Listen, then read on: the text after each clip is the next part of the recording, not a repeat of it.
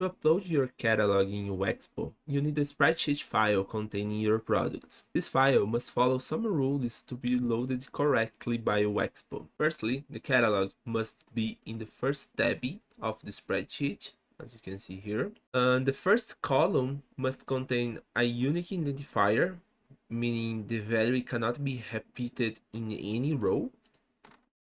If the value is repeated, the system will throw an error. The second column must contain a short name for each product, like this example here.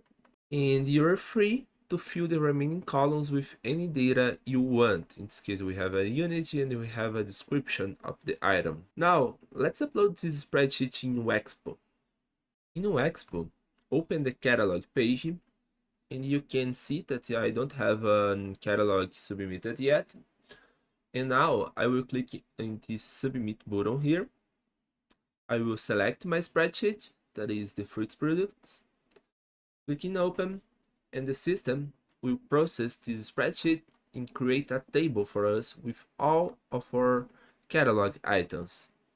If you want to edit an item, remove an item, or even add a new one, you can update the spreadsheet and upload them again.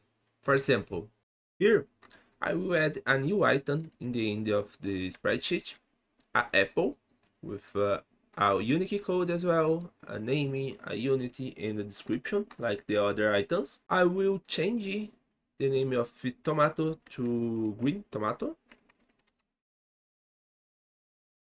Okay.